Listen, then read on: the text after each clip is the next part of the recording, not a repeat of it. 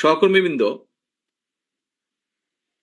Major হাফিজ সাহেব ওনার বক্তব্যে একটি কথা বলেছেন। উনি দুদিন আগে যখন এলাকায় গিয়েছেন, উনি কিছু মানুষকে দেখেছে ওনার সামনে। উনি খুব অবাক হয়েছেন। প্রিয় সহকর্মীবৃন্দ, এইরকম মানুষগুলো 5 তারিখের পর থেকে আস্তে আস্তে ভিড় করা শুরু করেছে।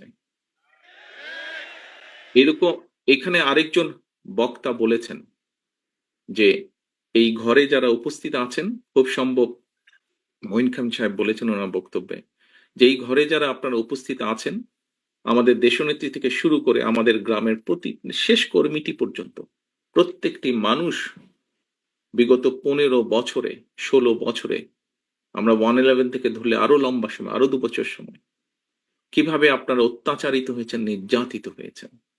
বাংলাদেশের পত্র পত্রিকাগুলো, যেই পত্র পত্রিকাগুলো সহজে আমরা বলতাম, কথার ছলে আমরা বলতাম বিএনপির ভালো নিউজ করে না, সেই পত্র পত্রিকাগুলো লিখেছে তারা যে কিভাবে আমাদের নেতাকর্মীরা হাতকড়া পরা অবস্থায় জেলের ভিতরে মারা গিয়েছে, কিভাবে আমাদের নেতাকর্মীরা হাতকড়া পরা অবস্থায় হাসপাতালের বারান্দায় শুয়ে আছে।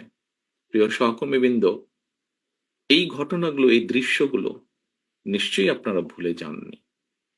আপনারা যদি ভুলে না গিয়ে থাকেন, প্রিয় সহকর্মীবৃন্দ, তাহলে আপনাদের প্রত্যেকের মনে আজকে একটি প্রশ্ন বা জিজ্ঞাসা আসা উচিত যে কেন আমরা ওই যে হাফিজ সাহেবের যাদেরকে দেখেছেন, কেন এই মানুষগুলোকে আমরা আমাদের আশেপাশে ভিড় করতে দেব?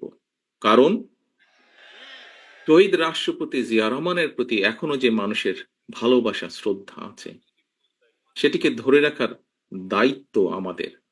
ওনার যেই পরিকল্পনা, যেই আশা, যেই আকাঙ্ক্ষা নিয়ে আমরা আলোচনা করেছি, ওনার যেই সফলতাগুলো নিয়ে আমরা আলোচনা করেছি, যা দেশ এবং দেশের মানুষকে উপকৃত করেছে, সেগুলোকে যদি আমাদের কন্টিনিউ করতে হয়, তাহলে অবশ্যই আমাদেরকে যেমন সতর্ক হতে হবে, আমাদের প্রত্যেকটি নেতাকর্মীদেরকে যেরকম সতর্ক হতে হবে, সচেতন হতে হবে, একসাথে একইভাবে যেটি মহাসচিব সাহেব ওনার বক্তব্যে বলেছেন যে মানুষের পাশে গিয়ে দাঁড়াতে হবে।